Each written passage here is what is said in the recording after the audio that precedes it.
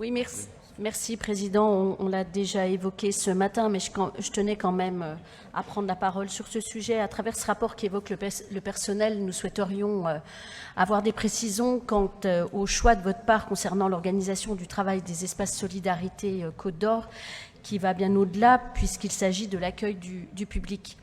En effet, vous avez décidé de fermer l'accueil physique au public tous les après-midi, sauf le vendredi. Désormais, l'accueil en après-midi ne peut se faire que par téléphone ou sur rendez-vous pris antérieurement.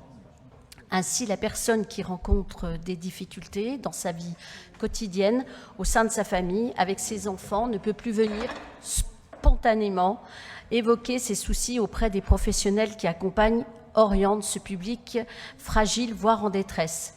Je ne pensais pas faire autant d'effets à Madame Barbier, mais apparemment, la motivation de cette décision à titre expérimental pour une durée de 6 mois tiendrait en 2 raisons. La première serait celle de la charge de travail croissante que nous ne nions pas, tant les besoins d'accompagnement sont grandissants pour de plus en plus de Côte-d'Oriens. La deuxième raison avancée serait celle de l'agressivité constatée dans les espaces Solidarité. Combien de faits recensés? Qu'en est-il alors de la sécurité des agents qui sont sur le terrain? Nous ne remettons pas en cause ces constats.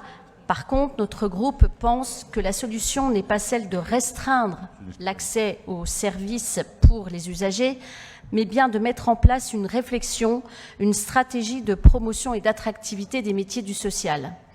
Le choix en ressources humaines de ce rapport est certes à prévoir au vu des évolutions de notre société et des politiques publiques à mettre en place, mais l'action menée par le département doit être renforcée tout en étant efficient. Notre groupe est inquiet, Monsieur le Président, quant au service public que notre département doit incarner et qui plus est parce que l'accueil des publics fragiles est le premier service rendu aux Côtes-d'Oriens en accompagnement social et les services le font très bien. À l'heure où la précarité se fait plus grande, il nous paraît nécessaire de répondre par la proximité, l'écoute et les recherches de solutions pour accompagner au mieux les Côtes-d'Oriens. Merci. Madame la rapporteure présidente de la Commission. Oui, merci Monsieur le Président. Bien sûr, ce qui est recherché, y compris dans cette organisation, c'est de continuer à être au mieux au service et en proximité. Ce dossier a fait l'objet de débats, d'ailleurs au CST.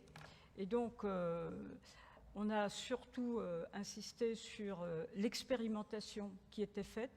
Il y aura parallèlement une évaluation. Et puis, sur certaines situations, ce sera aussi avec des réponses pragmatiques.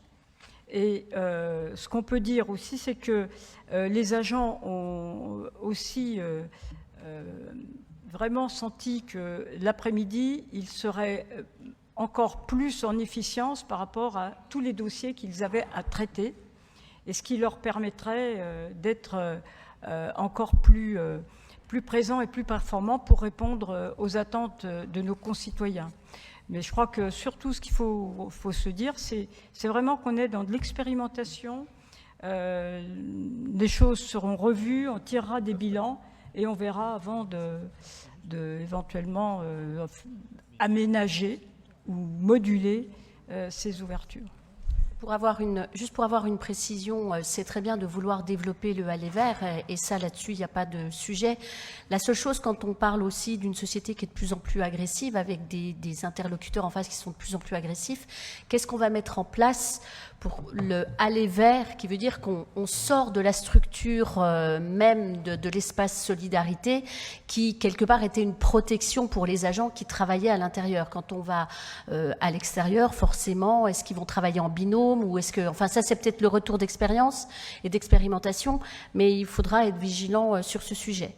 Vous avez parfaitement raison. C'est le sujet d'ailleurs que nous avons aussi avec nos services de pompiers qui sont caillassés dans certains endroits, au point qu'il y a des moments où même, je vous rappelle que même SOS médecins, je les ai rencontrés, me disent interrompre leurs activités nocturnes. À partir de minuit, on n'y va plus par crainte. Donc moi, je vais continuer le dialogue. Notre préoccupation, c'est qu'il faut protéger aussi nos agents. protéger nos agents. Les protéger contre les agressions, les protéger aussi contre toutes les critiques qui sont faites parce qu'ils font un métier qui est le plus beau des métiers, c'est de s'occuper de ceux qui sont dans la difficulté, mais ils ont besoin de notre considération, de notre soutien. Et moi, je suis protecteur pleinement du terme, je les soutiens et je soutiens nos équipes. Maintenant, on va regarder les conditions dans lesquelles on intervient. À certains moments, il y a aussi certaines situations, et là, évidemment, c'est de l'adaptation aussi en fonction des cas. Mais d'une manière très générale, je leur ai recommandé de ne pas s'exposer non plus, de ne pas s'exposer. Et d'ailleurs, je vous signale aussi que j'ai demandé aux forces de police, notamment en zone urbaine, de venir faire preuve d'une extrême vigilance dans certains quartiers où les points de deal étaient à nos portes, avec des menaces auprès de nos agents pour qu'ils détournent leur regard. Et donc, il m'a très, très régulièrement, et je n'hésite pas, dès qu'il y a un acte d'agression, à porter plainte. Ça, je vous le dis. Hein. Donc, on va continuer de travailler de manière itérative avec nos agents. Je vous en prie, Madame Tonneau. Simplement pour vous dire, vous parlez des forces de police, sachez aussi qu'en tant que maire de Longwy, je sais que la police municipale est sollicitée par les services, et tant mieux, il faut qu'elle le fasse. Donc je pense que les polices municipales sont également présentes.